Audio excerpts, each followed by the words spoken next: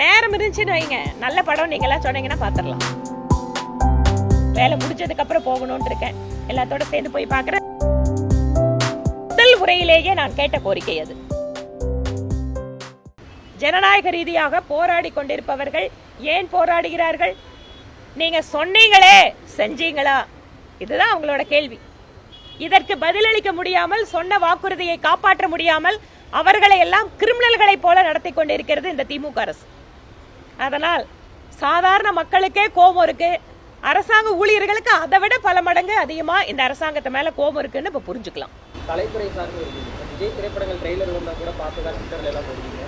ஜனநாயகம் இறைவனுக்கு வெளியாக இருக்கு, பராசக்தி வெளியாக இருக்கு, ஜனநாயகம் பராசக்தி எல்லாத்தையும் பார்க்கலாம்பா. அதனால ஒரு பிரச்சனை. நேரம் இருந்துச்சுன்னு வைங்க, நல்ல படம் நீங்க எல்லாம் சொன்னீங்கன்னா பாத்துடலாம்.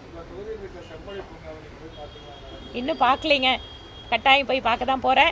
அதுல போலான்னு நினைச்சா இன்னும் நிறைய வேலைங்க முடியவே இல்லை. நாங்க வேலை முடிஞ்சதுக்கு அப்புறம் போகணும்னு இருக்கேன். எல்லாத்தோட சேர்ந்து போய் பார்க்கறேன். ரெண்டாவது, என்னோட சட்டப்பேரவை உரையிலே முதல் உரையிலேயே நான் கேட்ட கோரிக்கை அது. அதுல இப்போ ஒரு பாட்டு தான் பண்ணியிருக்காங்க, இன்னும் நிறைய செய்ய வேண்டி இருக்கு. ஆனாலும் கூட அந்த வேலைங்க எல்லாம் முடிஞ்சதுக்கு அப்புறம் நிச்சயமா போய் பார்ப்பேன். பொங்கல் பணம் எவ்வளவு கொடுத்தா சரியா இருக்கு? எதிர்கட்சி தலைவர் ஒரு அமௌண்ட் சொல்லியிருக்காரு. பொங்கல் பட்ஜெட் தொகையில எவ்வளவு கொடுத்தா சரியா இருக்கு?